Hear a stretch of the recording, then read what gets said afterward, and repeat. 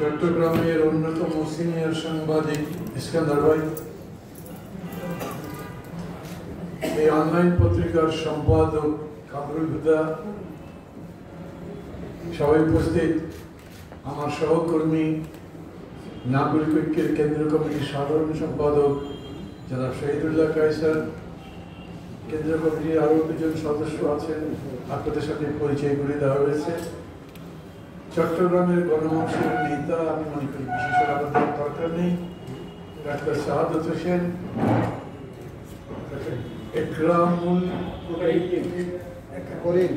একরামুল করিম, অন্যান্য নেতৃবৃন্দ, সুধী মন্ডলীর সাথীরা, বন্ধুরা, আসসালামু আলাইকুম।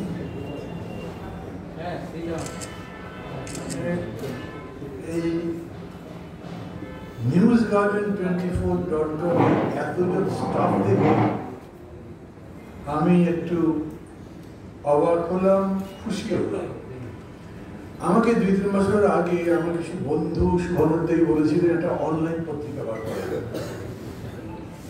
আমি তো অনলাইন পত্রিকা সম্পর্কে ধারণা নাই, জিজ্ঞেস করেছিলাম। ওনারা আমাকে বললেন 2 জন স্টাফ যদি থাকে যাদের জার্নালিজমের অভিজ্ঞতা আছে, লিখতে পারেন, বুঝতে পারেন, তারাই এই পত্রিকা চালাতে পারবেন এবং যথেষ্ট পরিমাণে এর শ্রীবৃদ্ধি করতে পারবেন, প্রচার বাড়াতে পারবেন। অবশ্য বললেন যে বিভিন্ন এলাকাতে প্রতিনিধি থাকা দরকার যাতে খবরগুলো ঠিক মতো পান। আমি তাদেরকে জিজ্ঞেস করেছিলাম কী রকম।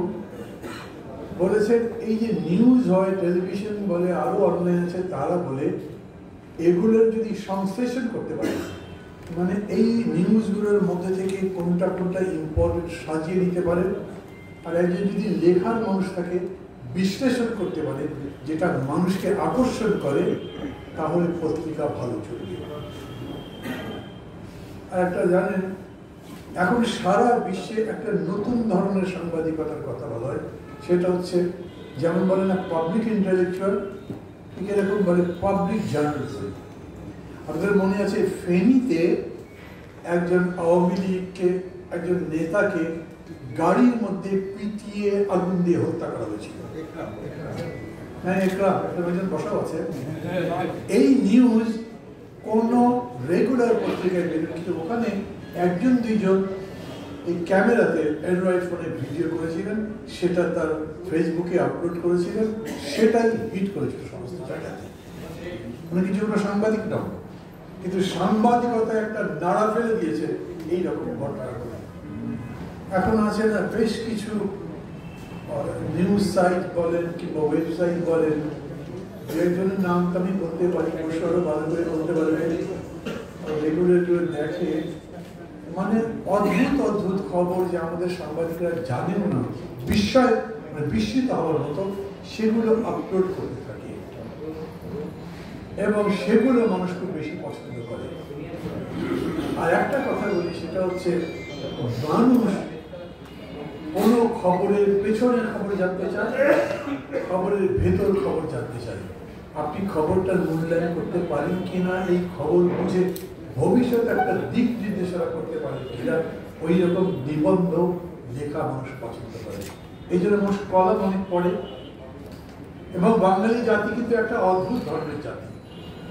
এই দেশে টেলিভিশনে গান কিংবা নাটক অত জনপ্রিয় নয় যত জনপ্রিয় টক শো।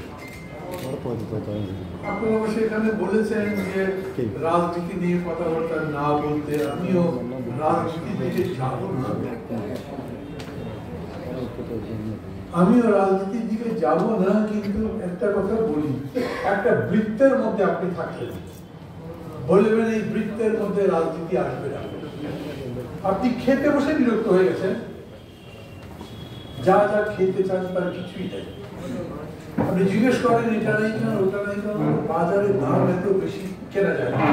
স্ত্রী বলবেন দৈনন্দিন জীবনের, প্রাত্যহিক জীবনের প্রতিটি কাজের মধ্যে আপনি এই ধরনের ঘটনার সম্মুখীন হবেন, যার সাথে সরাসরি। আমি বলি একটা ঘটনা নাই যার সাথে রাষ্ট্র শক্তি জড়িত নাই। আমরা আগে রুমাল ব্যবহার করতাম, এখন টিস্যু ব্যবহার করি। কিরকম করে টেকনোলজি এত বেড়ে গেছে, টিস্যুটা ইজি, পকেটে ঘুরে বেড়াতে হয় না। এখনো বলে ইউরোপ আমেরিকার লোক বাসে যায়, অন্য জায়গায় চলে, হাঁচি দেয়, কাশি দেয়, এর ফলে যে শ্লেষ্টা সর্দি এগুলো থাকে ওটা রুমালের মধ্যে করে বা টিস্যুর মধ্যে করে পকেটে করে যায়, কোনো একটা বিনে ফেলবে, কারণ এমনি গাড়ির মধ্যে দিয়ে বাইরে ফেলা যায় না। এই সিদ্ধান্তটা কার? যারা ক্ষমতায় আছেন তাদের সমাজের কথা বিবেচনা করে, রাজনীতির কথা বিবেচনা করে। আপনি আপনার ছেলেকে স্কুলে পাঠিয়েছেন, ওর বাস ভাড়া যা আছে তাই হওয়া ঠিক নাকি অর্ধেক হবে, কে সিদ্ধান্ত করবে? কিন্তু সমস্ত ছাত্ররা নেমে গেছে বাস ভাড়া অর্ধেক করতে হবে। পাকিস্তান মানে সবাই বাস ভাড়া অর্ধেক দিত, তাহলে আমরা কেন নিতে পারবো না? লিখবেন বেগম জিয়া না হোক, যে কোনো একটা মানুষ, তিনি মৃত্যুর পথে, তার চিকিৎসা দরকার, কিন্তু চিকিৎসা করা যাচ্ছে না। আপনি তার চিকিৎসার পক্ষে লিখবেন, সেটাও তো রাজনীতি। তার মানে আপনি এরকম একটা ব্যবস্থা চান যাতে সমস্ত মানুষ চিকিৎসা পায়, যাতে তার স্বাস্থ্যের উন্নতি হয়, মানুষ যাতে সুখে শান্তিতে থাকতে পারে। আমাদের দেশে দেখে আমরা যে উন্নতি করেছি তার জন্য কি বলে, দেখো আমাদের জিডিপি কত বেড়েছে। আমরা জানি জিডিপি কি। জিডিপি ইংরেজি থেকে যদি আপনি তার ব্যাখ্যা করেন, গ্রস ডোমেস্টিক প্রোডাক্ট, মানে দেশে যত মোট দেশজ উৎপাদন তাকে বলে জিডিপি। কিন্তু আমি বিদেশ থেকে লোকজন টাকা পাঠাই, সেগুলো কি দেশের আয়ের সঙ্গে যুক্ত হয়? তো তাতে চেঞ্জ হয়ে গেছে, সবাই বলছে এটা শুধু জিডিপি বলবে না, জিএনআই বলে, গ্রস ন্যাশনাল ইনকাম। আচ্ছা, উন্নতির জন্য এইরকম করে যদি টাকা বাড়তে থাকে, হিসাব করবেন কেমনি? যতগুলো ব্যাংক এবং ফিনান্সিয়াল ইনস্টিটিউশন আছে, এদের মধ্যে যে ট্রানজাকশন হয় তার সামগ্রিক যোগফল হচ্ছে গ্রস ডোমেস্টিক প্রোডাক্ট, জিডিপি বা জিএনআই। তো তাতে কি হয় জানেন, আমি কোনো কারণে আপনাকে 1000 টাকা দিলাম, এই 1000 টাকা জিডিপিতে যুক্ত হলো। যদি ব্যাংকের মাধ্যমে হয়, এমনি এমনি দিলে সেগুলো হবে না। উনি যদি আবার কোনো কারণে 1000 টাকা আমাকেই পাঠান, তাহলে 1000, 1000, 2000 জিডিপিতে যুক্ত হলো। কারো কোনো লাভ লোকসান হলো? আমি আপনাকে দিলাম, আপনি আমাকে দিলেন। এই জন্য বলে জিডিপি কোনো পরিমাপ নয় যা দিয়ে দেশের উন্নতি বোঝা যায়। লিখবেন সরকারি বিরুদ্ধে যায়। আমাদের পাশে ভুটান একটা দেশ, সেখানে তারা উন্নতির একটা বিশেষ পরিমাপককে বলে national happiness, gross national happiness. আপনি সুখে আছেন কিনা, শান্তিতে আছেন কিনা, নিরাপদ কিনা, নাকি আপনি সবসময় দুশ্চিন্তে আছেন। কালকে যদি অসুখ হয়, ছেলেটাকে যদি হসপিটালে ভর্তি করতে হয়, তাহলে যে হসপিটালে বিল দিতে হবে, বেরিয়ে আসবার পরে আমি একটা মধ্যবিত্ত পরিবার, দরিদ্র হয়ে যাব। হচ্ছে না এরকম? এখন বাংলাদেশে যে কোনো কারণে যদি কারো হাসপাতালে যেতে হয়, তিনি যদি মধ্যবিত্ত পরিবারের হন, তিনি বেরিয়ে আসবার সময় একজন দরিদ্র বংশে পরিণত হবে। আপনার পত্রিকায় লিখবে এটা। আমি এখানে বসে বসে জিজ্ঞেস করলাম এবং তারপরে নিজের সাইটে ঢুকে আপনাদের এই পত্রিকাটা দেখলাম। আপনাদের এইরকম কোনো লেখা দেখলাম না। এই 1.5 বছরের মধ্যে বাংলাদেশের দরিদ্রের সীমা, মানে একেবারে মানুষ দরিদ্র সীমা, গরিবের চাইতে গরিব হয়ে গেছে 3,40,00,000 মানুষ। দেখবেন না, লিখে কি করবেন? নাহলে দরিদ্র মানুষগুলো কোনো বাঁচার উপায় নেই। এই মানুষগুলো বাঁচাবেন কিরকম করে? সরকার বলছে আমরা তাদের জন্য 2,500 করে টাকা তো দিয়েছি। জিজ্ঞেস করেন তাদেরকে, 100 জনের মধ্যে 90 জন টাকা। এই টাকাগুলো গেল কই? বাকি 90 জনের মধ্যে যে টাকা গেল না, সেই টাকা গেল কই? সেটা জিজ্ঞেস করবেন না। কোন পত্রিকা পলিটিক্যাল নিউজের চাইতে বেশি ভালো চলতে পারে না। বাঙালির সবচাইতে বেশি আড্ডা জমে রাজনীতি করে, যে কোনো আড্ডা, মধ্যবিত্ত, ছাত্র, যারাই করবে, ওই ক্রিকেট নিয়ে আলোচনা করেন, আধা ঘন্টা যাবে, সিনেমা নিয়ে আলোচনা করেন, আধা ঘন্টা যাবে, কিন্তু রাজনীতি যদি ওঠে, যতক্ষণ আছে ততক্ষণ ওই আলোচনা চলে। আমি বললাম না, টক শো বেশি চলে। আর ইংরেজিতে একটা কথা বলে, যারা এই পত্রিকাগুলো লেখেন, ধরেন পত্রিকাতে অনেকগুলো নিউজ আসছে, একসাথে 10টা, কোন নিউজটাকে লিড করবে? বলে এনিথিং দ্যাট ব্লিডস, মানে যেই খবরে রক্ত ঝরে, দ্যাট লিভস। তো রক্ত ঝরে কোনটায়? রাস্তায় দুর্ঘটনা ঘটে, রক্ত ঝরে কোনটায়? করোনাতে। মানুষের জীবন যায় কোনটাতে? পরস্পরের মধ্যে মারামারি কাটাকাটি হলে এই যে ইউনিয়ন কাউন্সিল করে করো, কোনটা বাদ দিয়ে একটা পত্রিকা চলবে বলেন? বেগম জিয়ার সুচিকিৎসার কথা বললেই যদি রাজনীতি করা হয়, বেগম জিয়াই যদি সুচিকিৎসার আবার, তাহলে আমার কি অবস্থা হবে? গ্রামের একটা দরিদ্র মানুষ, তার কি অবস্থা হবে? কত লোক বিনা চিকিৎসায় মারা যাচ্ছে না? বাংলাদেশে এই যে 3.5 কোটি মানুষের কথা আমি বললাম, দারিদ্র সীমার নিচে আছে যারা, ওরা কোনো হসপিটাল যায়, কোনো ডাক্তারের কাছে যায়? ওই গ্রামের কোনো একটা বৈদ্য আছে, ওদের কাছে জিজ্ঞেস করে একটা ওষুধের কথা বলে, অথবা গাছ গাছড়া ভেষজ বনদি কিছু একটা বলে, সেইটা খেয়ে হয়তো মারা যায়, বুঝতে পারে না সে আসলে বিনা চিকিৎসায় মারা যাচ্ছে। এই বাংলাদেশের জন্য আমরা তো লড়াই করিনি। এত বড় লড়াই যখন করলাম, তখন বাংলাদেশকে একটা সুন্দর সুখী সমৃদ্ধ দেশ গড়বার কথা বলতে পারবে না খবরের কাগজ? আমি বলছি প্রত্যেকটা খবরের কাগজ বলে। এখন যদি ব্যাপারটা এরকম হয়, সিটিজেন্স ক্লাব আপনাদেরকে বলেছে যারা এইখানে রাজনীতির ব্যাপার বেশি আলোচনা না করেন, আমি করতে চাই না, কিন্তু আবারও বলি, যে কোনো একটা বিষয় নিয়ে আমাকে কথা বলতে বলেন, সেই কথা বাড়তে যদি থাকে তাহলে সেটা সরকার এবং রাষ্ট্রযন্ত্রকে প্রশ্নবিদ্ধ করবে, তার কোনো বিকল্প নেই। আর যারা সেই প্রশ্নকে বাদ দিয়ে চলবার চেষ্টা করবেন, তারা মনে করবেন জীবন থেকে নিজেদেরকে আলাদা করে রাখার চেষ্টা করছে। রাজনীতির বাইরে কোনো সামাজিক জীব থাকতে পারে না। অনেক এরকম করে বলে না, রাজনীতি মানে রাজার নীতি, ওকে আমাদের দরকার কি? আমরা প্রজা মানুষ, আমরা আমাদের মতো থাকি। যারা বলেছেন রাজনীতি মানে রাজার নীতি, বুঝবেন প্রজাদেরকে তারা দূরে রাখবার চেষ্টা করে। এই কারণে এই কথা বলে রাজনীতি মানে রাজ্যের নীতি। রাজ্যটা চলবে কেন? কোন নীতিতে চললে রাজ্য সমৃদ্ধ হবে, রাজ্যের প্রজাদের কল্যাণ হবে, সবচেয়ে বেশি কল্যাণ হবে, সেই কাজটা করতে হবে।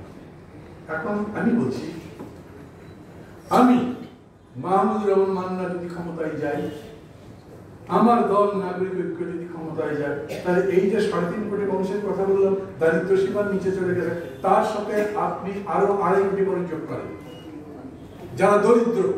6 কোটি মানুষকে প্রত্যেক মাসে আমি 1000 করে টাকা দিই।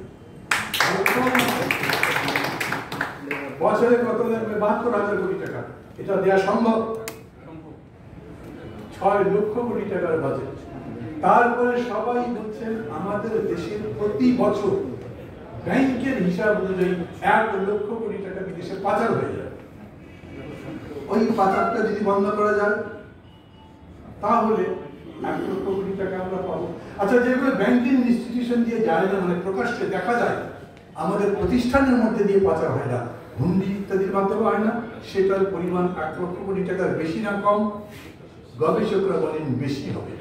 আচ্ছা, যদি সেটাও বন্ধ করা যায় তাহলে তার মানে 2 লক্ষ কোটি টাকা। আমি বলছি বছরে 72,000 কোটি টাকা একেবারে হত দরিদ্র এবং দরিদ্র মানুষকে দিন। ওরা কি করবে? যখন আমি এই কথা ঘোষণা করলাম, আমাদের পার্টির পক্ষ থেকে আমাকে কেউ কেউ বলেছেন ভাই টাকা কি এমনি দিয়ে দেবেন? এমনি তো দেবো। তোরা কি করবে? আমি যা খুশি তাই করুন। ওরা যদি জুয়া খেলে, তুমি কি করবেন ভাই? জুয়া খেলা বন্ধ করার ব্যবস্থা করে উৎসাহ দেন। কিন্তু আমি বলছি, একটা পরিবারে যদি 5 জন লোক থাকে, এই পরিবার যদি দরিদ্র হয় ও 5,000 টাকা যদি মাসে পায়, অর্থনীতির সূত্র বলে ও যদি উড়ায় তাহলে হয়তো 500-1000 কোটি টাকা উড়াবে, বাকি নিজে যাতে ভালো মতো চলতে পারে সেটা করবে। আর যদি বাঁচাতে পারে তাহলে বাঁচাবে যাতে তার ভবিষ্যতের গ্যারান্টি থাকে। পারলে একটা মুরগি কিনবে, না হলে একটা ছাগল কিনবে, না হলে একটা গরু কিনবে। এই হচ্ছে মানুষের প্রবণতা।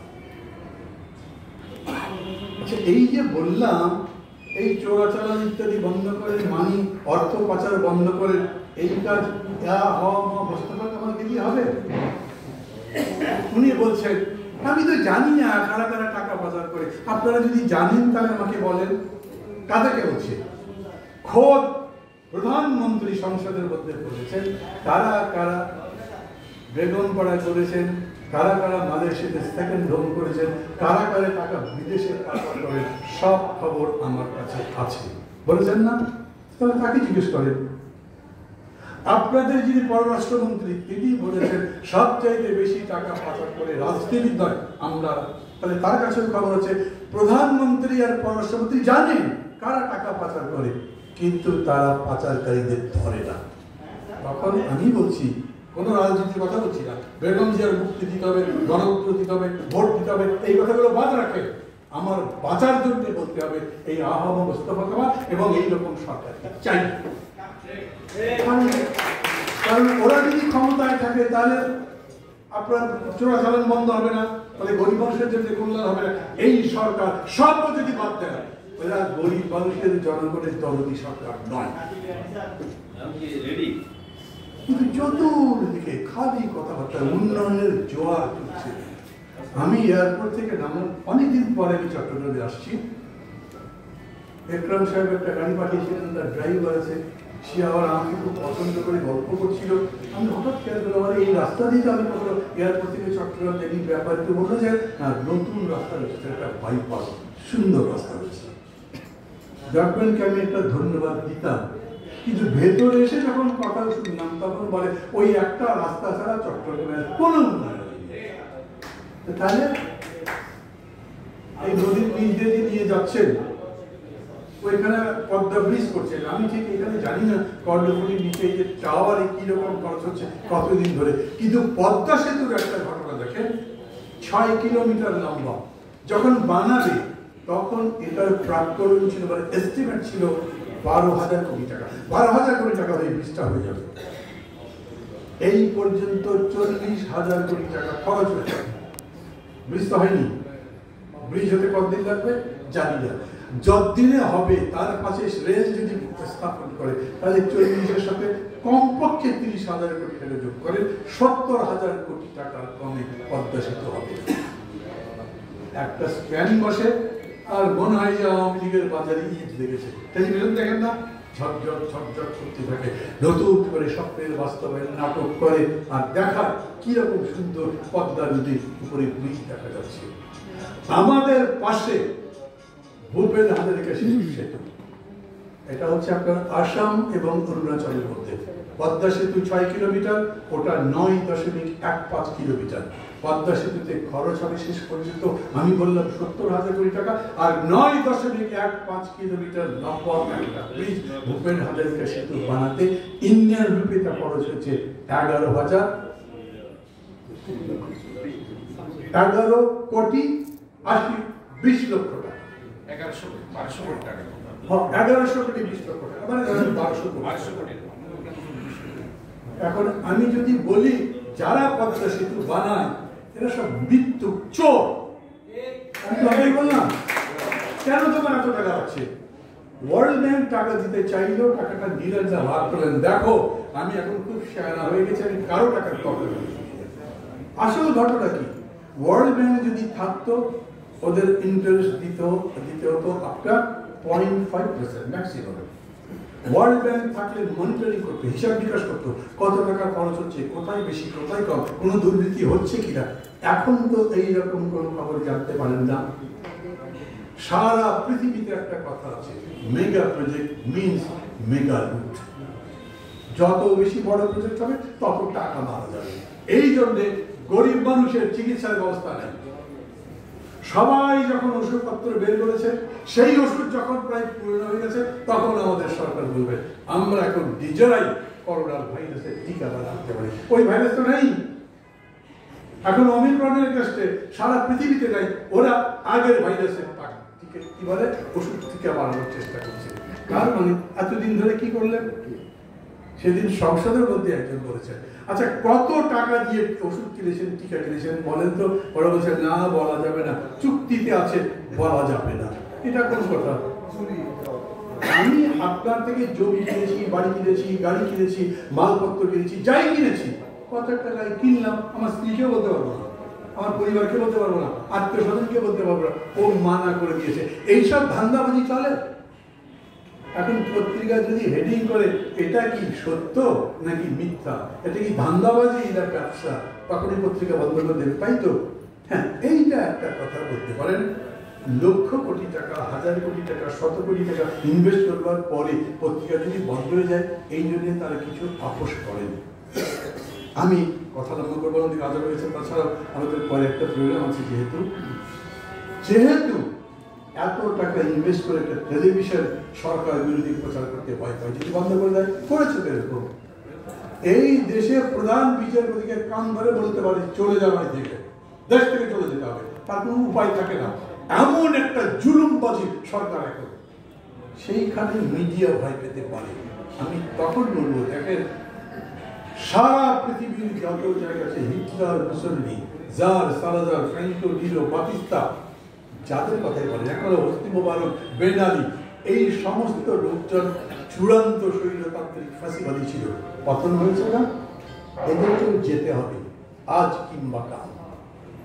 এই যাওয়ার কি কাজ করতে হবে? সেই কাজের সবচেয়ে বড় একটা অস্ত্র হতে পারে সাংবাদিকতা। হ্যাঁ ঠিক আছে, নিজেও তো বাঁচতে হবে, কিন্তু চালাকির সঙ্গে বাঁধে। আমার যদি ভুল না হয়, অমৃতবাজার ইংরেজিতে বেরোতো, তো এই পত্রিকাটা বন্ধ করে দিত সরকার। ঠিক পরের দিন কিন্তু অমৃতবাজার বেরোলো। এখনই অমৃতবাজার বেরিয়েছে বাংলায়, কারণ অর্ডারে ছিল Amritabazar, the daily English news paper, here বা ইত্যাদি বন্ধ করতে হলো। অমৃতবাজার পত্রিকার মালিকদের নিজেদের ইংরেজির পাশাপাশি বাংলা টাইপের ব্যবস্থা ছিল, ছাপানোর ব্যবস্থা ছিল, রাতারাতি পরিবর্তন করে তার সেই কাজটা করেছে। সরকারও বুঝলো যে আসলে এদের সাথে বুদ্ধিতে হেরে গেলাম, তারা চট করে আবার বাংলাটাও বন্ধ করতে পারেনি। আমাদের দেশে পত্রিকায় এরকম অনেক হয়েছে, সরকার কোনো একটা নিউজের উপরে নিষেধাজ্ঞা দিয়েছে, সেটা ছাড়তে পারবে না, পত্রিকা একদম পুরো নিউজের জায়গায় করে সাদা রেখে দিয়েছে, একটা প্রশ্নবোধক দিয়ে রেখেছে। হয়েছে এরকম কোনো না কোনোভাবে, যেরকম প্রতিবাদ সংবাদপত্র করতে পারে, এর কোনো জবাব দেয়। আর একটা পারে, সেটা হচ্ছে ছাত্ররা। এই যে দেখেন না, এইবার শুরু করেছে জি না, হাফ বাড়ার সাথে সাথে হচ্ছে নিরাপদ সড়ক। নিরাপদ সড়কের পক্ষে লিখতে পারেন আপনারা? না পারবেন তো, পলিটিক্স নাই তো। যদি আমেরিকাতে পথের সড়কের মধ্যে কোনো আপদ না থাকে, যদি ইউরোপের সড়কগুলো নিরাপত্তা থাকে, ওখানে কেউই নিরাপদ মনে করেন না এরকম লোকটাই, তাহলে বাংলাদেশের সড়ক নিরাপদ করা যাবে না কেন? বাংলাদেশের সড়ক নিরাপদ কি কি রকম করে হতে পারে, সেই লেখা ছাপেন। সরকার কিভাবে আপনাকে বন্ধ করবে, এবং বলেন যারা যারা এটার বিপক্ষে এতদিন ধরে যুক্তি দিয়েছে, তারা এই এই কারণে ভুল করেছে। কাহিনী সত্য কারা কারা আছে বলতে থাকেন। আমি আসলে কথা অনেক বাড়াতে পারি, আমি শুধু বলতে চাচ্ছি, একটা পত্রিকা তার যথাযথ ভূমিকা পালন করতে পারে যদি তার একটা অঙ্গীকার থাকে যে আমি মেহনতি মানুষের অথবা গরিব মানুষের অথবা জনগণের কল্যাণ করবার জন্য কাজ করব, তাহলে তারা করতে পারে। আরো ব্যাখ্যা করতে পারতাম, কিন্তু করছি মানে আমি লগ্ন করছি না। শুধু একটা কথা বলি, আচ্ছা বলেন তো, দারিদ্র সীমার নিচে যত মানুষ আছে, এখানে ডাক্তার শাহাদত আছে, তাদের আমরা ফ্রি মেডিকেল ট্রিটমেন্ট করতে পারবো না? হিসাব করেন কত টাকা লাগবে বছরে? আমরা মনে করেছি 25-30 হাজার কোটি টাকার উপরে কোনো হবে না। আমাদের অঙ্গীকার, আমরা ক্ষমতায় গেলে সেটা দিই। আমরা কবে ক্ষমতায় যাব? এখানে ডাক্তার শাহাদত একরাম বসে বসে ভাববে, মানবে এগুলো কি বলেন, এগুলো আমরা বললে না মানাতো, আমরা তো এগুলো করতে পারি। আমি তাদের উপরে এই কথা বলার মাধ্যমে তাদেরকে প্রণোদিত করবার চেষ্টা করছি। আপনারা বলেন, আমার এই বক্তব্য যদি ঠিক হয়, আমাদের কল্যাণ রাষ্ট্রের যে মডেল আমরা দিয়েছি সেটা যদি ঠিক হয়, তাহলে নিউজগার্ডেন24.com কে বলবো, আমাদের নেতাকর্মীরা আছেন তাদেরকে বলবো, আমাদের কল্যাণ রাষ্ট্র ভাবনার একটা কপি তাদেরকে দেন, আরো যে সমস্ত নিউজ পেপারের আছে অনলাইন থাকুক যাই থাকুক তাদের কাছে দেন, এবং তাদের বলেন ভাই আমাদের এটা যা ভুল আছে সেটাও দেখেন, ঠিক হলে সেটাও দেখেন। একটা কল্যাণ রাষ্ট্র মানে হচ্ছে এখন একটা সমৃদ্ধ সাম্যের সমাজ, সাম্যের রাষ্ট্র, সেটা প্রতিষ্ঠা করবার লড়াই তো সবার। কল্যাণ রাষ্ট্রের কথা বিএনপিও বলে, কল্যাণ রাষ্ট্রের কথা আওয়ামী লীগও বলে, কল্যাণ রাষ্ট্র জামাত ইসলাম বলে, কল্যাণ রাষ্ট্র জাতীয় পার্টিও সম্ভব হতে পারে, সবাই কল্যাণ রাষ্ট্র বলে। আর ক্ষমতায় গেলে জনগণের সবথেকে বেশি অকল্যাণ হয়, এটাও বলে। এটার মধ্যে রাজনীতি আছে, আছে। আমি বলছি কোনো কিছু রাজনীতির বাইরে নেই।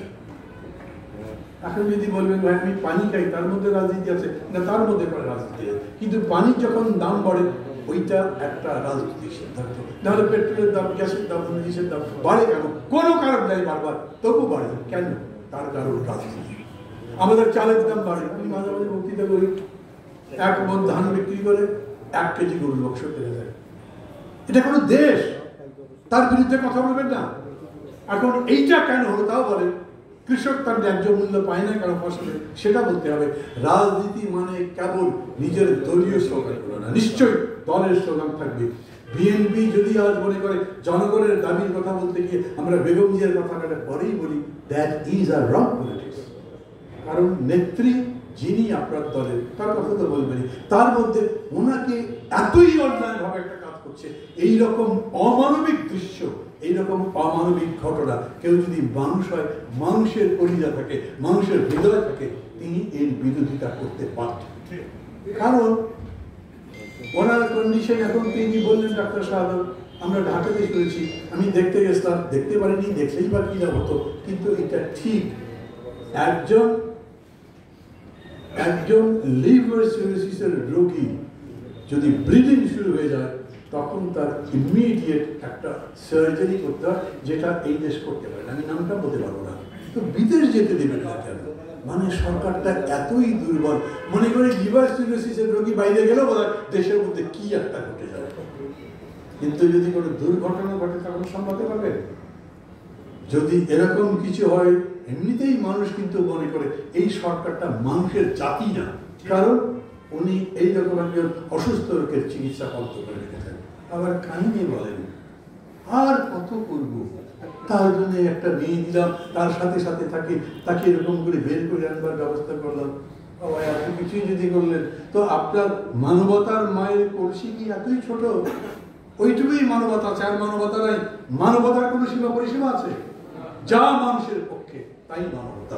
যদি আপনি মানবতার মানুষ নাও হন, আপনি যদি মানুষ হন, তাহলে একটা অসুস্থ মানুষকে তো এরকম করে মৃত্যুর দিকে ঠেলে দিতে পারতেন না।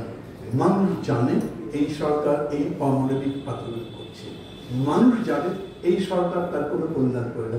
ভোট দেন, খবরই থাকবে না। আওয়ামী লীগের চাইতে নাগরিক ঐক্য বেশি ভোট পেয়ে যেতে পারে। আপনারা ঠিকঠাক বললেন, কালকে পত্রিকায় এটা হেডিং যদি করে দেয় সবাই বলবে ঘটনা সত্যি, মানে উনি যেটা বলেছেন শুনেছেন তো আপনারা। কিন্তু আমি এরকম করে কখনো কথা বলতে চাই না যেন হিজড়া সম্প্রদায়কে ছোট করতে চাই। আমরা থার্ড জেন্ডারকে তো মানুষ বলছি, তাদের প্রতি সম্মান, তারাও জিততে পারে। আচ্ছা বলেন তো, হিজড়া কেউ কোনোদিন দেশের প্রেসিডেন্ট বা প্রধানমন্ত্রী হতে পারে? কথা বলছেন না তো, খারাপ লাগে তাই তো? একটা পুরুষ যদি পারে, নারী যদি পারে, হিজড়া পারবে না কেন বলেন তো? আপনি স্বীকার করছেন তারাও মানুষ, তাদেরকে ভোটের অধিকার দিয়েছে, তাদেরকে নির্বাচনে দাঁড়াবার অধিকার দিয়েছে। তো নির্বাচনে যদি দাঁড়াতে পারে, ওরা এমপিতে দাঁড়াতে পারবে না? যদি ইউনিয়ন কাউন্সিলের চেয়ারম্যানের জন্য ভোট দিতে পারেন, তাহলে আওয়ামী লীগের উপর রাগ করে তাকে এমপি বানিয়ে দিতে পারেন না? আর হিজড়ারা যদি সংঘবদ্ধ একদম 380 চিন্তায় কে জানে। আমি কোনো ইঙ্গিত করছি না, সাংবাদিক ভাইরা ইচ্ছা করে হেডিং করতে পারেন, কিন্তু আমি আর যাই হোক তাদের ছোট করতে চাই না বলে কথাটা এরকম করে বলি। আবার বলি, এনিথিং দ্যাট ব্লিডস লিডস, একইভাবে বলি এনিথিং দ্যাট ব্লিডস মানে কি? যা আপনার হৃদয়কে আন্দোলিত করে, নাড়া দেয়, আপনার চেতনাকে ঘা দেয়, সেটাই একটা বড় নিয়ম হতে পারে। ভালো থাকবেন, কথা বাড়াবো না। আমি সাফল্য কামনা করি এবং 8ম প্রতিষ্ঠা বার্ষিকী আজকে আপনাদেরকে জন্মদিনের শুভেচ্ছা জানাচ্ছি। ইংরেজিতে বলে না, many happy Returns of the day, মানে এই দিন প্রতি বছর এমনি করে ফিরে আসুন। আমি তাই চাই বছরের পর বছর এই দিন ফিরে আসুন, আপনারা টিকে থাকেন, সামনের দিকে সমৃদ্ধির পথে, সাফল্যের পথে এগিয়ে যান। খোদা হাফেজ।